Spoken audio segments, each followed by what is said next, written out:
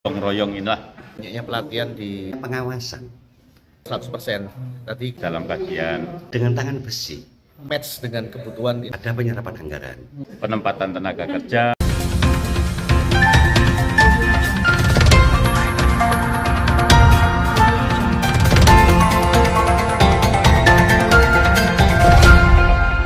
Assalamualaikum warahmatullahi wabarakatuh. Salam sehat dan salam sejahtera untuk semua tretan. Komisi C DPRD Yos Sudarso mengundang Dinas Perindustrian dan Tenaga Kerja Dispenak guna membahas laporan keterangan pertanggungjawaban LKPJ 2021. Dalam rapat yang dipimpin Baktiono tersebut, Ahmad Zaini Kadispenak Kota Surabaya menyampaikan capaian kerjanya. Di sela rapat, beberapa masukan dan evaluasi dari Komisi C terlantaikan. Usai gelaran rapat LKPJ, Kadispenak kepada Rajawarta menyampaikan buah kerjanya. Sementara, Sukadar dan William menyematkan beberapa catatan. Berikut pernyataan ketiganya. Yang jelas tadi kegiatan yang sudah dilakukan, capaian-capaian kegiatan yang sudah dilakukan oleh Dinas Tenaga Kerja yang sekarang menjadi Dinas Perindustrian dan Tenaga Kerja per 1 Januari 2022. Capaian-capaian salah satunya adalah penempatan tenaga kerja, kemudian tadi masukan dari Bapak-Bapak Ibu dari Komisi C atau Pansus bahwa agar semaksimal mungkin tenaga kerja di Surabaya ini terserap lebih banyak.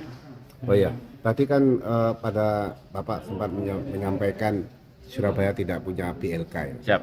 Ya, apa ke depannya gitu? Memang mendirikan BLK ini ada plus dan minusnya, masih dalam kajian terkait dengan BLK. Sementara LPK yang ada di Surabaya ini banyak sekali. Satu, agar pemberdayaan ekonomi, bahwa seperti yang disampaikan Pak Wali, gotong royong inilah, sehingga LPK ini, lembaga pelatihan kerja ini juga merasa bertanggung jawab terkait dengan pendidikan atau pelatihan yang ada di Kota Surabaya. Kira-kira capaian apa dan evaluasi apa yang perlu dikoreksi oleh Komisi C? Ya, yang saya lihat tadi adalah banyaknya pelatihan di Dinas Tenaga Kerja dan kami inginkan supaya hasilnya tidak cuma pelatihan, tetapi yang dilatih itu terserap paling tidak 100%. Tadi karena tadi yang sampaikan pelatihan ada 920 orang, yang terserap cuma 600 sekian. Nah, harapannya supaya pelatihan-pelatihan itu sesuatu yang match dengan kebutuhan industri. Jadi pelatihannya supaya ada link and match dengan kebutuhan industri, sehingga warga Surabaya benar-benar mendapat pelatihan yang dibutuhkan oleh industri. Karena kedepannya kalau ada investasi baru, biasanya industri itu membutuhkan orang-orang yang dengan spesifikasi khusus. Nah, jangan sampai orang Surabaya tidak memenuhi kebutuhan industri itu dan akhirnya ngambil dari kota lain. Nah, ini PR untuk Dinas Tenaga Kerja untuk mempersiapkan orang Surabaya supaya bisa bekerja di Surabaya sesuai dengan kebutuhan industri yang ada di Surabaya. Ada beberapa catatan kami yang perlu dicermati dan kita cermati bersama, yaitu terkait dengan perselisihan tenaga kerja.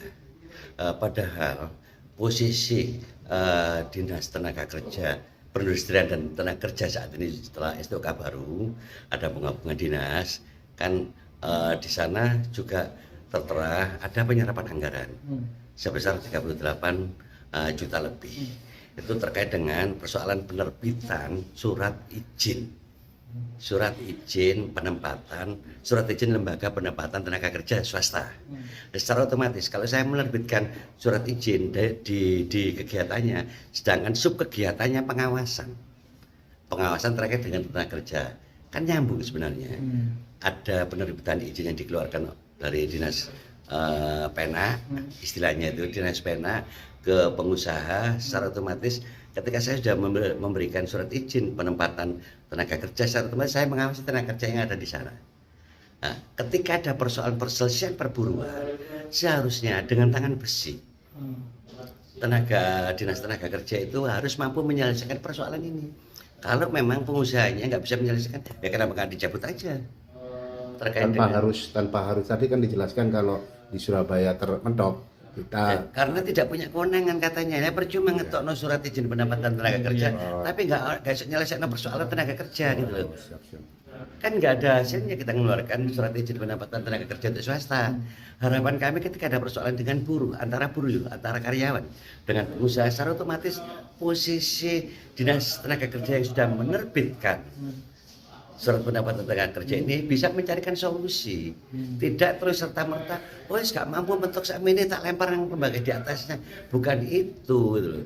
Harapan warga kota kan secara otomatis kita ingin menjadi tuan rumah di kota kita sendiri. Secara otomatis kita butuh regulasi untuk menaungi para buruh atau karyawan ini. Gitu.